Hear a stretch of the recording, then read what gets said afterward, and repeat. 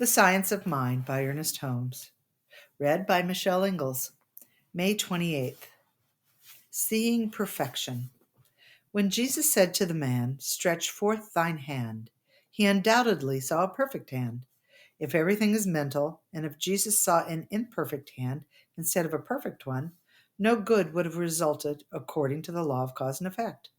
A practitioner does not treat a sick man, he deals only with the idea, a spiritual man. Otherwise, he would enter into the vibration of suffering and might himself experience the result of such vibration. From what we know, Jesus must have seen only the perfect hand. Even though he might have recognized the false condition, as far as his word of healing was concerned, it must have been a recognition of perfection. Else it could not have healed. Healing is not creating a perfect idea or a perfect body. It is revealing an idea which is already perfect. Healing is not a process, it is a revelation. Through the thought of the practitioner to the thought of the patient. There may be a process in healing, but not a process of healing. The process in healing is the mental work and the time it takes the practitioner to conceive himself of the perfectness of his patient, and the length of time it takes the patient to realize this perfectness. Back of what we call the human body, there must be a divine body. It is not necessary to visualize this spiritual body, but we should sense body as a spiritual idea, that the flow and circulation of life through it is complete. It is not inhibited, not congested. It is necessary that the practitioner believe in a perfect body. He cannot realize this unless he has already become convinced that the perfect body is there. If he has come to this conclusion, he must not deny it. There is a perfect heart and a perfect idea of heart, a perfect head and a perfect idea of head, perfect lungs and a perfect idea of lungs. The practitioner must realize that back of the appearance is the reality, and it is his business to uncover this reality. He does this through a process of obliterating false thought. He must deny false conclusions, bring out the evidence of perfection, and produce the healing.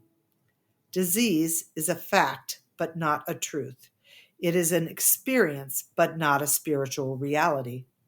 We must transcend the appearance, even though we admit it is a fact. We are not so cold-blooded as to say to a person with pain that there is no such thing as pain. That is not our idea or purpose. We admit the fact. It is quite a different thing to admit its necessity. We admit that there is unhappiness, but it would be unthinkable to admit that one has to be unhappy. Can it be true that there could be a universal necessity for unhappiness? It cannot. And the time will come when no one will be unhappy. I do not know when it will come. I am not going to wait for it to come, but it is certain that such a time will arrive, and it will come to you and to me now in such degree as we let it come. We shall be able to let it come in such degree as we are able to convince our consciousness that it is there. And then, when it finally does come, we shall find that it was always there. Disease, accordingly, is a fact but not a truth. It is not an eternal verity. It was a fact in human experience for ages that people did not broadcast over a radio, but it was not a truth that they could not. It was not a divine reality because had they known how to manufacture a radio and to talk over it, they could have broadcast in any age. So we must try to see and sense that always, back of the appearance, perfection is.